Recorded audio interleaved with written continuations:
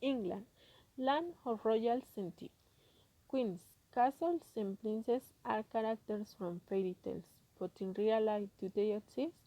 The United Kingdom is made out of four nations, and one of them is England, one of the most visited nations around the world. Over the years, it has preserved its cultural heritage. Because of this, England is well known for its rich and colorful history, surrounded by an ancient architectural style that makes you feel in another period of time. Since ancient times, England has made important cultural contributions to other nations. Art, literature, sports, and architecture are some of these contributions. Today, English culture has a great diversity thanks to immigrant groups. This social and cultural diversification continue influencing the rest of the world. But what about the English customs? She will tell you more. In England, they have multiple traditions. Some of them are also celebrated in other parts of the world, such as Christmas, Easter, and others. But they also have some others that are particulars from the region, and I'll tell you about two of them. The first one is the Harvest Day, in which they decorate the churches and the streets with food and ornaments. They dance, sing, and pray, thanking for the harvest.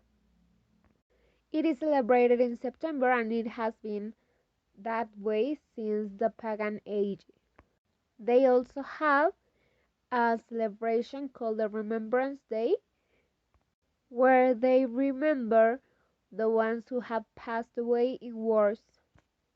It is also called the Poppies Day because of the flower they wear in the flap.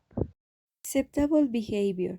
A handshake is the most common form of greeting among the English and British people, and is customary when you are introduced to somebody new. But don't greet people with a kiss. We only kiss people who are close friends and relatives. Do take your hat off when you go indoors. It's impolite for men wear hats indoors, especially in churches. If someone is blocking your way, you will like them to move, say, and they will move out of excuse me way. Do say please and thank you. It's very good manners to say please and thank you. It's considered rude if you don't. You will notice in England that we say thank you a lot. Do say sorry. If you accidentally bump into someone, say sorry. They probably will too, even if it was your fault or if you did something incorrect. And most important thing is smile. Do a smile. A smiling face is a welcoming face. On the other hand, I want to give you a few comments that will help you of take care of habits when you visit the England country. The first habit is British people are very polite. A habit that comes up within Englishmen is that they are very polite. If the English are so polite that they apologize even for things they didn't do.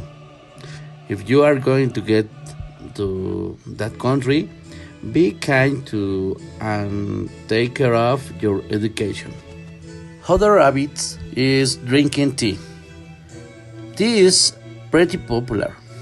The hour of tea, this habit originates in China and was adopted by the English in the 19th century. Until today, the English maintain the daily habit of drinking punctually the famous tea of 5 o'clock. Finally, the third habit is English hand. Many people who have already visited England agree that driving a car with the English hand is a very difficult habit.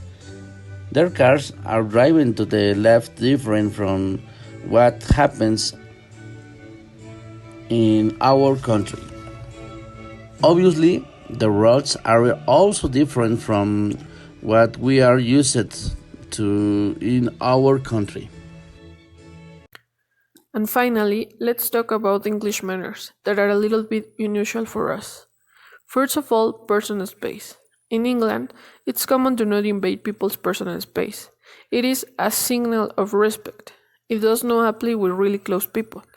In Mexico, this is the opposite, because being close, I mean hugging, touching, or kissing, is very common, and it is part of our culture to be effusive or sometimes touchy with people. Number 2. Jump to Kiwi. To be ordained and respectful with the rules, it's part of English culture, and it's a characteristic of English people, or at least almost the majority. And when somebody doesn't follow the rules, it's frowned upon. Unfortunately, in Mexico, break the rules is completely normal, and the vast majority do it. Number 3. Punctuality. It's not a surprise, right?